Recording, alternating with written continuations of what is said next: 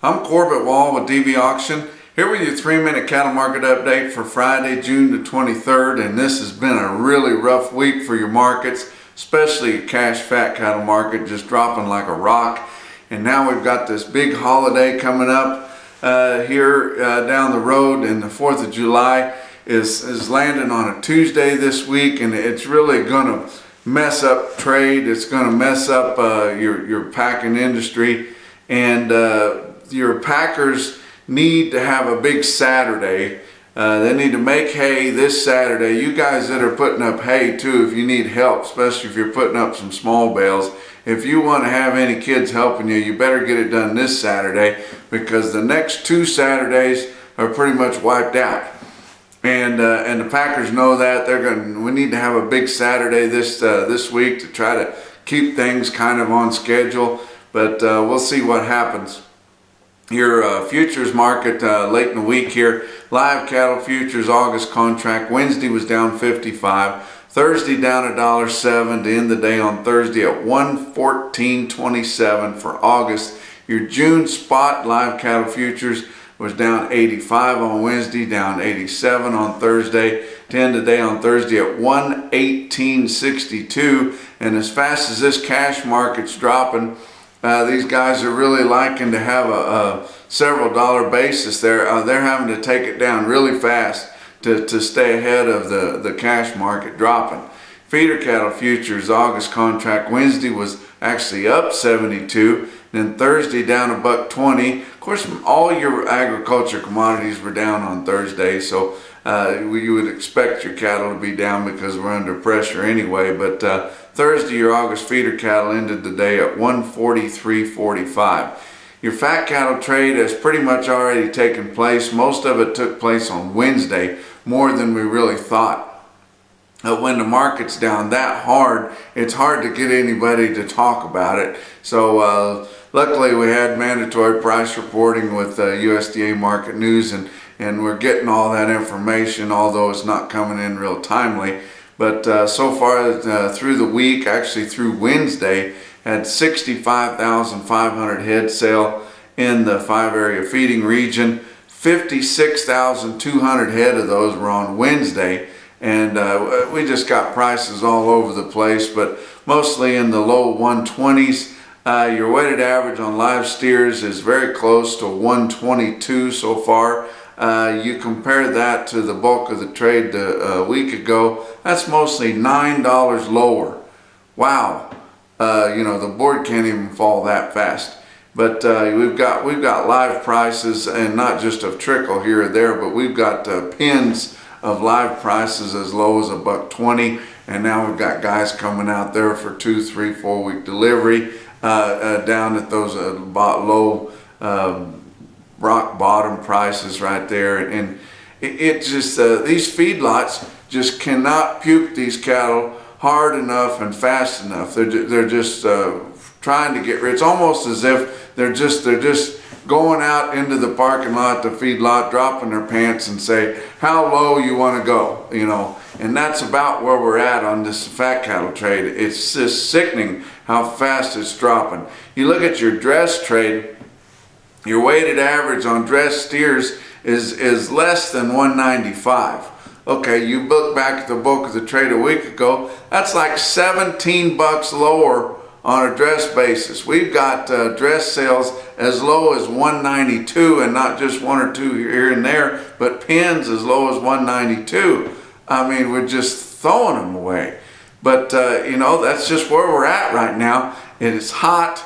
It's over 100 degrees on Thursday. I was up in Garden City, Kansas all day, and it is it's over 100 degrees. Those cattle, they're comfortable, but they're thumping. They're standing around the water tank more than they're standing at the feed bunk, and it's just it's hard to hold the weight on those cattle. The feedlots would rather get them shipped and just move them on down the line, but my gosh, they're sure taking a lot off the market.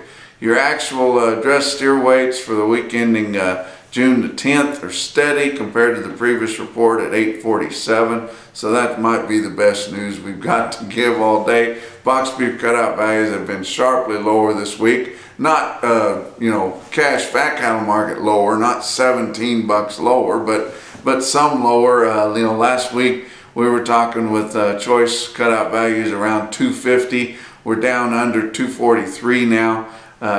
Select carcasses under 217. Still got about a $26 basis there.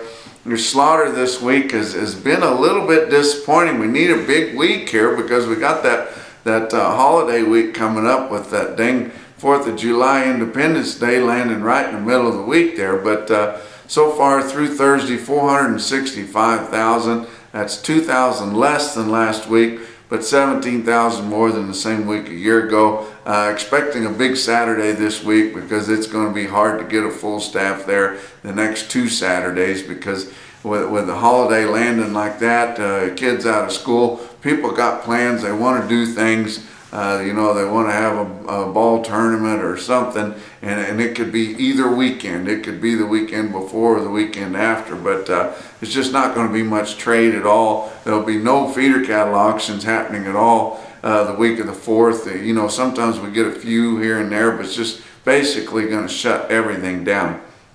You're talking about your feeder cattle markets, real-time index late Thursday, 142.99. That's only about a buck lower than the previous day, and really we haven't lost that much ground from late last week, but somehow your CME index is still up over 148.